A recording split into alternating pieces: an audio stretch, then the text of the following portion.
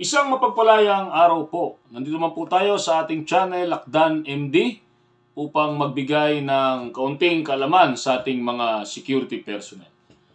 Sa pagpapatuloy po ng ating talakayan tungkol sa military time. So, nakaraang video po, tinalakay natin yung tamang pagsulat, no? Para po doon sa mga bagong security personnel, no? Yung tamang pagsulat ng military time. Ngayon naman po, tatalakayin natin, ano po ba ang pakinabang, no, or advantage ng paggamit ng military time, no?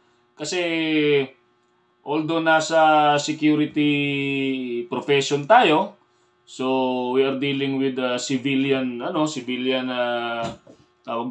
civilian affairs, no? Sa mga security ng mga kumpanya sa pagbibigay ng serbisyo, security services sa ating mga kliyente. So sa paggawa po ng mga reports, no, at mga, let's say, sa mga sitwasyon, no, yung pag-identify ng mga sitwasyon, sa pagtatala po niyan, tayo po ay gumagamit ng military time, no?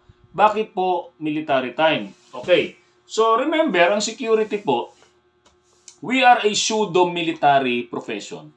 So bakit pseudo-military or paramilitary profession? Basically, although we are dealing with civilian people, no, civilian community, dahil sa ating mga kliyente, we follow military discipline, no?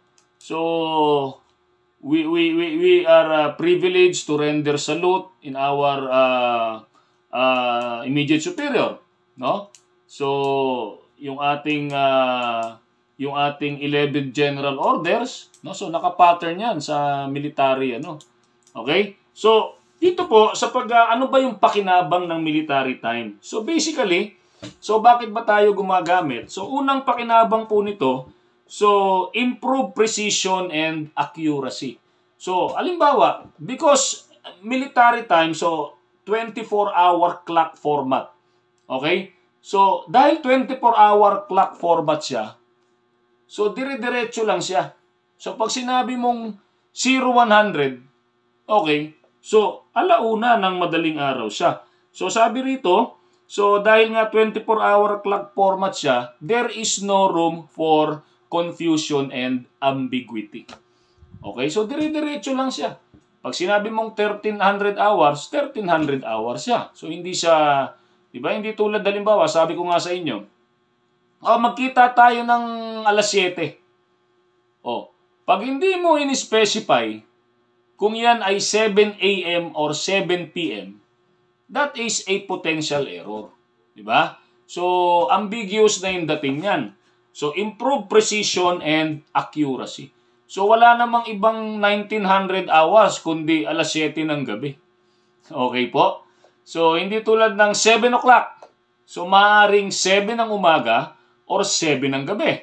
Diba? So, yan po yung unang pakinabang yan. So, ibig sabihin, so pagka gumamit ka ng 24-hour clock format or military time, so, improve precision and accuracy. So, accurate. Diba? Number 2, ease of communication and synchronization. Diba? So, ano ibig sabihin nito? 1900 hours, walang ibang 1900 hours kundi alas 7 ng gabi. Walang ibang 2000 hours kundi alas 8 ng gabi. Okay po? Kaya sabi diyan, ease of communication and synchronization. Kahit na ibang lahi po, no? Yung kausap mo, no? So alam nila yan. Because dun sa pangatlo, anong sabi? Yung military time, it promotes global standardization.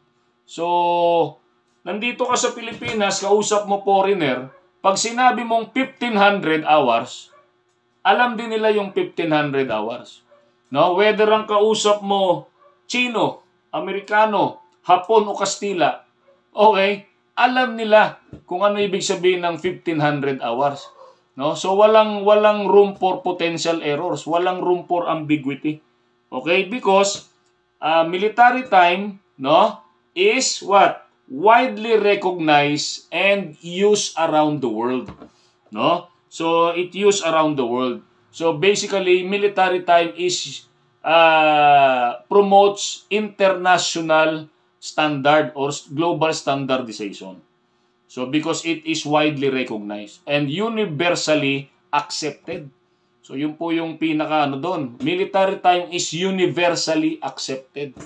Okay? Kahit US Armed Forces yung kaharap mo, o Japan Defense Force, no?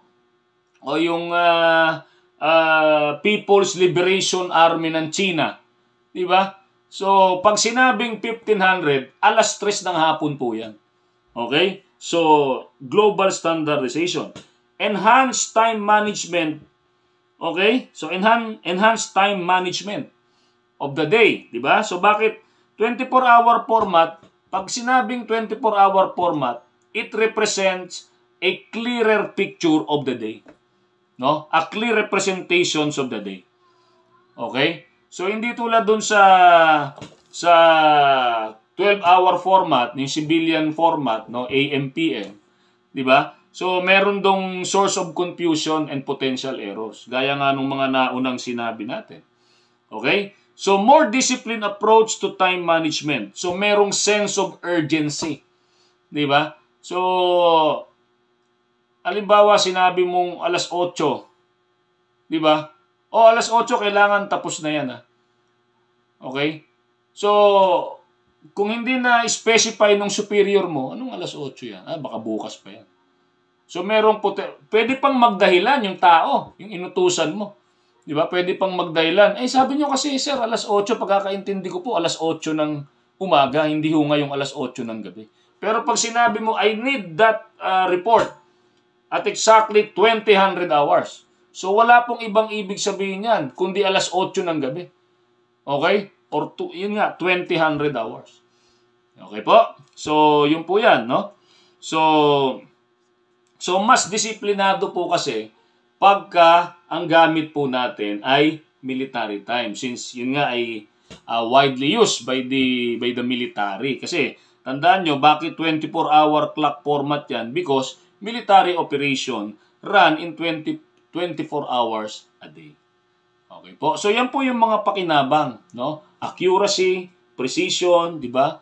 Ease of communication, 'di ba? Global standardization, enhanced time management because sabi nga it represents a clearer representations of the day. Kasi remember, 'di ba?